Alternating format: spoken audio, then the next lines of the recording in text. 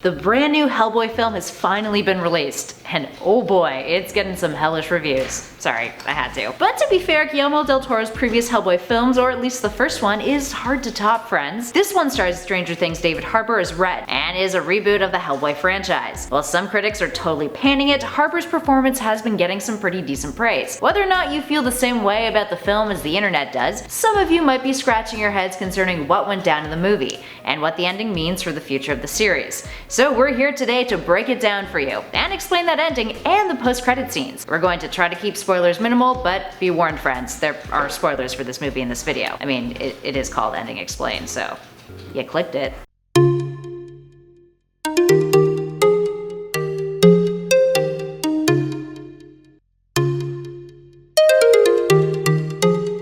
The final scene of the film features Hellboy, Alice Monaghan, and Ben Diamo 6 months later working as a team for the Bureau of Paranormal Research and Defense, investigating something called the ON Society that's got some serious Illuminati vibes going on. They go around slaughtering everyone at this base until they happen upon a storage facility of sorts. And here's where it gets interesting. They find a glass tube that is filled with water and has a plaque on it that reads something very interesting. Abe Sapien. Then, a webbed hand from within it hits the glass. Those familiar with the comics or even the previous Del Toro films knows that this means one thing: the introduction to Abe Sapien, who previously in the Del Toro movies was played by iconic monster actor Doug Jones and voiced by David Hyde Pierce, of Frasier fame.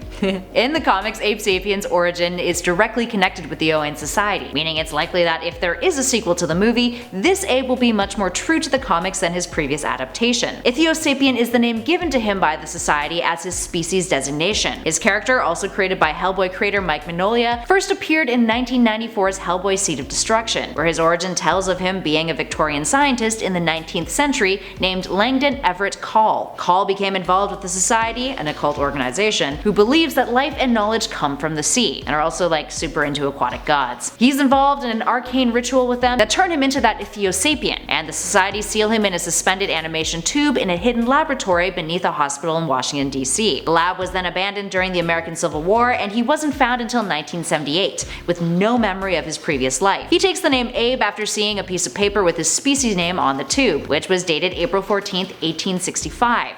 The day of Abraham Lincoln's assassination. Now in the comics, he is taken to the BPRD for research and also some pretty cruel experimentation until Hellboy steps in, but in this film the BPRD find him instead of random workers who stumble upon the lab site. So, what does this all mean? Well, if a sequel does happen, Abe is going to likely play a major role in it. Now this could also mean that perhaps the series may attempt to tackle the Hellboy story arc, Plague of Frogs, in which Abe Sapien ends up discovering his past life after having a vision. Regardless of how it pans out though, based off of the way that Abe has been set up in this scene, we can expect a slightly different version of the character if a sequel were to be made. Now what about those post-credit scenes? There's two of them that played after the film had finished. Let's start with the mid-credit scene. This one brings us to a cemetery with a drunk Hellboy, with Red mourning the death of Trevor Bruttenholm, his adopted father played by Ian McShane in the film. His grieving is interrupted by the ghost of Lobster Johnson, who is played by Thomas Hayden Church. Lobster appeared earlier in the film during a flashback sequence pertaining to Hellboy's origins: fighting Nazis. So why has Lobster come to visit Red?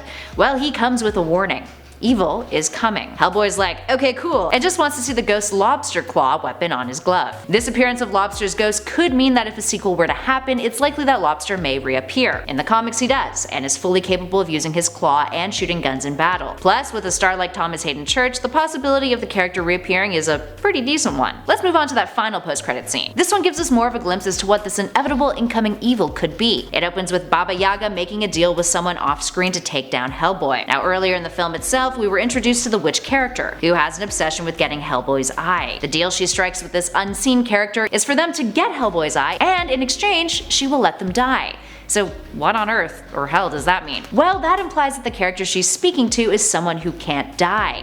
And if we're going off of the comics here, the chances are that it's likely Koschei the Deathless that she's speaking to. The Deathless is an immortal mercenary who Baba Yaga actually uses in the comics to attempt to assassinate Hellboy in the Darkness Falls story arc. He's a merc who has been killed and revived, and because of this, his soul has been separated from his body. His soul is also hidden inside a goat, which is pretty darn hilarious. Baba Yaga tells him in the comics that she's hidden the goat, hence why he's willing to go after Red for her. So what does all of that mean? Well, it's incredibly likely that the Deathless will be making an appearance in the sequel, but it's probably fair to assume that he won't be the main antagonist of the movie. So there we have it, friends. What do you guys all think? What were your thoughts on the Hellboy film? If a sequel does happen, which comics do you think they'll adapt? Considering Mike Mignola has been playing a much larger role with this reboot soon-to-be series. And how do you think this Abe will fare in comparison to Doug Jones and Del Toro's previous take on the character? Share all of your thoughts with us in those comments below. If you dug this video, spread the love, hit that like button, share it with a friend, and be sure to subscribe to Top 10 Nerd for all of your comic book film updates, explanations, fan theories, and much more. In the meantime though, thanks for watching, friends. I'll catch you all in the next video.